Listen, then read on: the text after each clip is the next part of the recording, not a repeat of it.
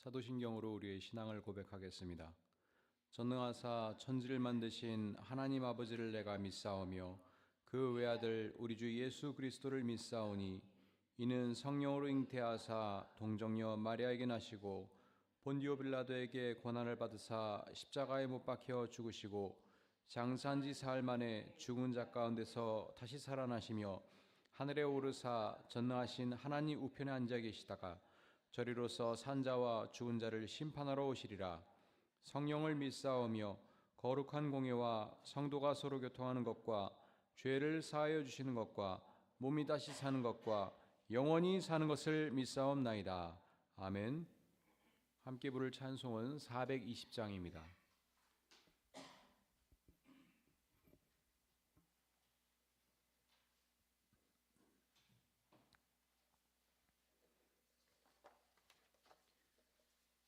다 함께 찬송가 420장 너 성결케 위에 함께 찬양 올리겠습니다.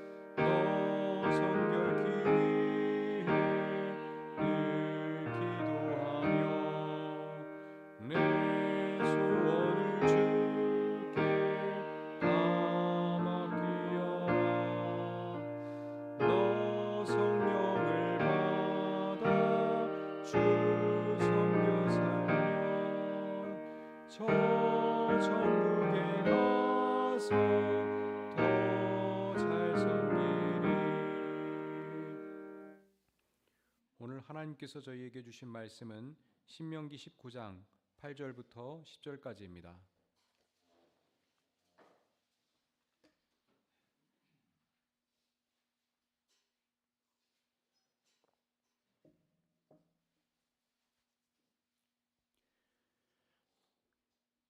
신명기 19장 8절부터 10절까지의 말씀 함께 읽겠습니다. 주 당신들의 하나님이 당신들에게 조상에게 명하신 대로 당신들 땅의 경계를 넓혀주시고 당신들의 조상에게 약속한 모든 땅을 당신들에게 주실 때에는 또 내가 오늘 당신들에게 명하는 이 모든 명령을 당신들이 성심껏 지키고 주 당신들의 하나님을 사랑하며 그가 가르쳐 주신 길을 잘 따라갈 때에는 이 새 성읍 말고 또 다른 새 성읍을 구별해야 합니다. 그리하여 주 당신들의 하나님이 당신들에게 유산으로 주신 땅에서는 죄 없는 사람이 살인죄를 지고 죽는 일이 없도록 하여야 합니다. 그러면 살인죄 때문에 당신들이 책임을 지는 일은 없을 것입니다. 아멘. 신명기는 약속의 땅에 들어가기 전에 하나님의 백성으로서 어떻게 살아가야 하는지를 가르치는 모세의 마지막 말들, 모세의 지침들과 경고들을 기록하고 있습니다. 오늘 우리가 함께 경청한 19장은 약속의 땅에서 정의로운 공동체를 형성하기 위하여 어떤 가르침들을 따라야 하는지를 알려주고 있습니다. 오늘 이 가르침들이 우리에게 귀한 깨달음을 제공하길 바랍니다. 먼저 1절부터 13절은 도피성에 관한 내용을 다룹니다. 그런데 이곳은 처벌을 피하려는 사람들이 숨는 도피처가 아니기 때문에 도피성이라는 번역은 조금은 적절하지 않은 것 같습니다. 히브리어 원문을 고려해도 도피성보다는 보호를 제공하는 성읍이라는 표현이 더 적합합니다. 모세는 4절 이하에서 살인자가 구별된 성읍으로 도피하여 살 수 있는 경우를 미워한 일이 없는 이웃을 뜻하지 않게 죽인 경우로 제한합니다. 그러니까 의도하여 살인을 저지르지 않은 경우를 말하는 것이죠. 그 구체적인 예시가 5절에 이렇게 기록되어 있습니다.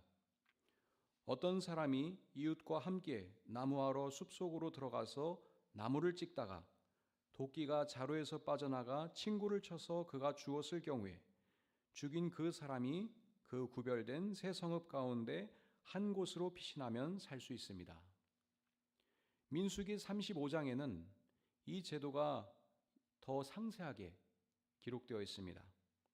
민수기 35장 12절에 따르면 이 제도는 실수로 사람을 죽게 한 사람이 사적인 보복 행위로 인해 회중 앞에서 재판을 받기 전에 죽는 일이 없도록 보호처를 마련하는 것입니다. 게다가 15절에 따르면 이스라엘 자손에게만이 아니라 외국인과 가나안 땅에 사는 모든 사람들은 이러한 보호를 받을 수 있었습니다. 이로써 모세는 청중들에게 신명기 19장 10절에서 하나님이 당신들에게 유산으로 주신 땅에서는 죄 없는 사람이 살인죄를 지고 죽는 일이 없도록 해야 한다고 지시했습니다.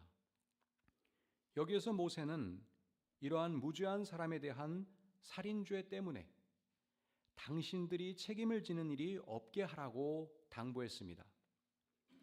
한 개인의 억울한 죽음을 공동체 전체의 책임으로 보고 공동체가 모두 함께 그것을 방지하기 위하여 노력해야 한다는 것입니다.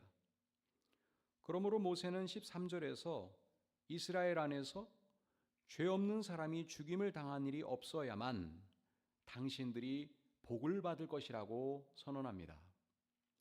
물론 모세는 고의로 살인을 저지른 사람의 경우에는 특히 그런 죄를 짓고도 보호처로 피신한 사람에게는 동정을 베풀어서는 안 되며 오히려 그런 사람은 복수자의 손에 넘겨주어 죽이게 해야 한다고 명령합니다. 하나님께서는 민수기 35장 31절에서 모세에게 도피성에 관한 규정을 알려주시면서 의도적으로 살인죄를 지었을 때는 살인범에게서 속전을 받고 목숨을 살려줘서는 안 되며 그는 반드시 죽여야 한다고 단언하셨기 때문입니다. 이러한 명령은 생명을 보호하려는 하나님의 적극적인 의지를 보여주고 있습니다. 또한 모세는 신명기 19장 14절에서 이웃이 소유한 땅의 경계선을 함부로 옮기지 말라고 지시하고 있습니다. 이 경계선을 이동하여 땅을 확장하는 행동은 이웃이 소유한 땅의 일부를 도둑질하는 것 그 이상을 뜻하기 때문입니다. 그것은 당시 농경사회에서 이웃의 생계 유지를 위한 기본 수단인 땅을 갈취함으로써 그의 생명을 위협하는 것이기 때문입니다. 더욱이 이러한 행동은 당시에 부자나 권력을 지닌 사람들이 가난하고 의지할 곳 없는 사람들을 힘들게 하는 아주 뻔한 악행 가운데 하나였습니다. 따라서 잠언 22장 28절에서 지혜자는 너희 선조들이 세워놓은 그 옛 경기표를 옮기지 말라고 한 것이며 특히 23장 10절에서는 옛날에 세워놓은 밭 경기표를 옮기지 말며 고아들의 밭을 침범하지 말라고 말한 것입니다. 무엇보다도 모세는 신명기 19장 14절에서 이 땅이 그냥 땅이 아니라 주 하나님이 당신들에게 유산으로 주어 차지한 땅이라는 것을 강조합니다. 앞서 그는 10절에서 주 당신들의 하나님이 당신들에게 유산으로 주신 땅에서는 죄 없는 사람이 살인죄를 지고 죽는 일이 없도록 해야 한다고 말씀하셨죠. 즉 하나님께서 주신 땅을 함부로 차지해서도 안 되고 그 땅에 사는 사람들 사이에서는 반드시 정의로운 질서가 확립되어야 한다고 말씀하고 계신 것입니다. 이처럼 땅의 주인은 하나님이시므로 훗날 하나님께서는 호세아를 통하여 유다 통치자들에게 이렇게 경고하셨습니다. 호세아서 5장 10절입니다. 유다의 통치자들은 경계선을 범하는 자들이니 내가 그들 위에 나의 분노를 물처럼 쏟아부을 것이다. 그러므로 힘없는 사람들의 땅을 갈취하기 위하여 경계선을 옮기지 말라는 신명기의 말씀은 단순히 도덕적인 혹은 법률적인 차원의 경고를 넘어서 출애굽 공동체가 반드시 지켜야 하는 기본 권리와 의미를 명시하고 있습니다. 왜냐하면 땅은 힘 있는 사람들이 함부로 빼앗거나 돈을 주고 사들일 수 있는 부동산이 아니라 하나님께서 이스라엘 각 지파들에게 공평하게 허락하신 삶의 터전이기 때문입니다. 이어지는 15절 이하에서는 증인에 관한 규정이 제시되고 있습니다. 여기에서는 두 가지 규정이 제시되는데 먼저 어떤 잘못이나 어떤 범죄라도 한 사람의 증언만으로는 판단할 수 없으며 두세 사람이 증언에 있어야만 그 일을 확정할 수 있다는 것입니다. 이는 한 사람의 주관적이고 악의적인 증언으로 인해 무고한 희생자가 발생하는 것을 막기 위한 최소한의 안전장치를 마련하기 위한 것입니다. 여기에는 객관적인 증거를 확보하여 판결의 신뢰도를 높이려는 의도가 담겨 있습니다. 그 다음으로 거짓 증언에 관한 명확한 규정이 제시됩니다. 이 규정은 하나님께서 모세에게 십계명을 주고 난 후에 말씀하신 정의에 관한 법에 근거한 것입니다. 출애굽기 23장 1절과 2절입니다. 너희는 근거 없는 말을 해서는 안 된다. 거짓 증언을 하여 죄인의 편을 들어서는 안 된다. 다수의 사람들이 잘못을 저지를 때에도 그들을 따라가서는 안 되며 다수의 사람들이 정의를 굽게 하는 증언을 할 때에도 그들을 따라가서는 안 된다. 하나님께서는 바로 이러한 의미를 담아 십계명 가운데서 제9계명에서 이웃을 불리하게 하는 거짓 증언을 금하신 것입니다. 이러한 하나님의 뜻을 따라서 모세는 신명기 19장 18절 이하에서 재판관들이 자세히 조사하여 어떤 증인이 이웃에게 거짓 증언을 한 것이 판명되면 그 증인이 그 이웃을 해치려고 마음먹었던 대로 그 이웃에게 갚아주어야 한다고 말합니다. 21절에서 모세는 분명히 말합니다. 당신들은 이런 일에 동정을 베풀어서는 안 됩니다. 목숨에는 목숨으로, 눈에는 눈으로, 이에는 이로, 손에는 손으로, 발에는 발로 갚으십시오. 그렇게 일벌백계 하여 다시는 거짓 증언을 하는 사람이 재판 현장에 발을 붙이지 못하도록 악의 뿌리를 뽑아야 한다는 것입니다. 이처럼 하나님께서는 모세를 통하여 새로운 땅에서 살아갈 출애굽 공동체를 위하여 여러 가지 지침들을 마련하고 제시해 주셨습니다. 그 핵심은 새롭게 형성된 공동체 가운데서는 하나님의 정의가 강물처럼 넘쳐 흘러야 한다는 것입니다. 그들은 하나님께서 허락하신 땅에서 하나님의 통치 질서 아래 가운데서 살아가야 하는 새로운 인류의 모델이기 때문입니다. 그런데 이 신명기 규정들은 약 3000년이라는 시간을 넘어 오늘날 우리에게도 매우 중요한 통찰을 제공합니다. 적법 절차, 인권 보호, 약자 배려라는 현대 민주주의의 사법 체계의 핵심 가치들이 이미 이 고대 법전 속에 깊이 뿌리 내려 있기 때문입니다. 특히 이 규정들은 무고한 희생을 방지하고 공정한 사법 절차를 통해 진실 규명에 힘쓴다는 점에서 오늘날 한국 사회에 많은 것을 암시하고 있습니다. 여전히 우리 사회에도 이런 노력들이 더 많이 필요하기 때문입니다. 출애굽 공동체의 체험과 증언은 구약 성경의 핵심 내용이 되어 있습니다.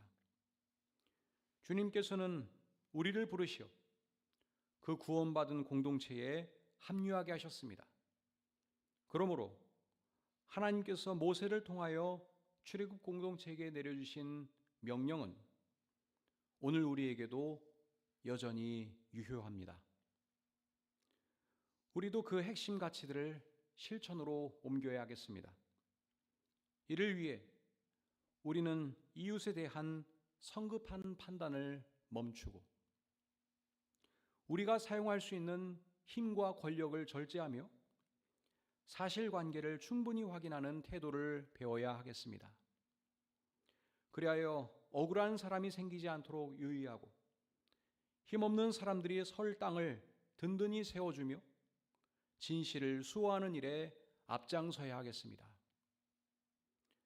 오늘 우리의 신중한 언어와 절제된 행동이 우리 사회를 하나님 나라로 변화시키는 일에 귀한 밑거름이 되기를 소망합니다. 그리하여 하나님의 정의가 이 땅 위에 강물처럼 넘쳐 흐르기를 바랍니다. 그 일에 우리 사랑하는 예달매 교우들이 가장 먼저 앞서서 나아가기를 간절히 소망합니다. 기도하겠습니다.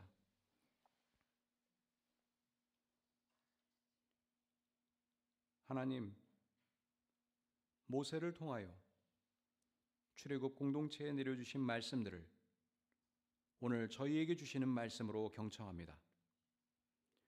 하나님께서 저희에게 귀한 삶의 터전을 허락하신 것을 감사합니다. 저희들이 가진 것에 만족하며 이웃들과 공존하기 위하여 절제하는 삶을 살아가게 하옵소서. 저희의 작은 말과 행동에서 그리스도의 향기가 묻어나게 하옵소서. 오늘도 하나님께서 사랑하시는 우리 예달매 교우들의 건강과 안전을 지켜주옵소서. 큰 수술을 앞두고 있는 교우들, 수술 후 회복 중인 교우들, 또한 여러 가지 사정으로 어렵고 힘든 시간을 보내고 있는 교우들, 하나님께서 그 모든 사정을 다 알고 계시니 이들의 어려움을 보살펴 주시고 그 가운데 함께하여 주시고 다시 일어날 수 있도록 새 힘과 용기를 불어넣어 주옵소서. 오늘도 사랑하는 교우들의 삶 곳곳에서 하나님께서 언제나 동행하고 함께해 주실 줄 믿사오며 이 모든 말씀 예수 그리스도의 이름으로 기도합나이다. 아멘. 하늘에 계신 우리 아버지여, 이름이 거룩히 여김을 받으시오며 나라의 임하옵시며 뜻이 하늘에서 이룬 것 같이 땅에서도 이루어지이다. 오늘날 우리에게 일용할 양식을 주옵시고 우리가 우리에게 죄 지은 자를 사하여 준 것 같이 우리 죄를 사하여 주옵시고 우리를 시험에 들게 하지 마옵시고 다만 악에서 구하옵소서. 대개의 나라와 권세와 영광이 아버지께 영원히 있사옵나이다. 아멘.